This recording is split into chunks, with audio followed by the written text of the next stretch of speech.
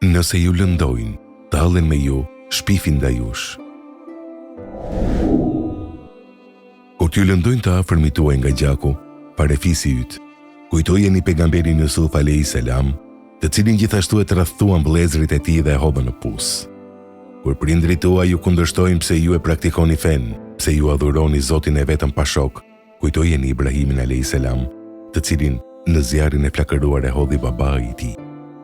Kur të tëllen me ju dhe t'ju keq trajtojnë të afërmit tuaj, pse e keni zgjedhur Islamin në vend të dynjas, kujtojeni pejgamberin Muhammed a.s., i cili është përballur me të njëjtat, u përball me farefisin e tij që e kundërshtuan.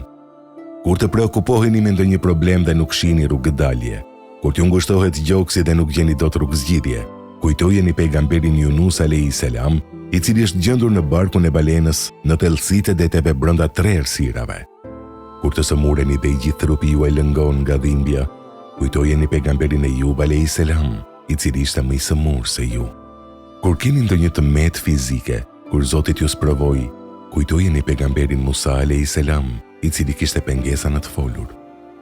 Kur dikush ju bën shpifje, kujtojeni nënën e besimtarve, bashkëshorten e profetit a.s. Aishën radiallahu anha, të cilës i bën shpifje në mbar qytetin. Kur nuk shihni asnjë logjik në atë që ndodhe dhe zemra juaj pyet pse është ashtu, kujtojeni pejgamberin Nuh a.s., i cili e ndërtoi anije në shkretë të tir pa bërë asnjë pyetje. Subhanallah. Allahu i plotfuqishëm të gjitha këto personalitete të mëdha i vuri në sprov, në mënyrë që brezat e ardhshëm të mund të merrnin mësime për durim dhe këmbëngulje.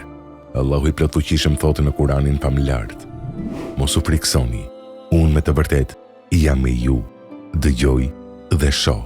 Surja Taha 46.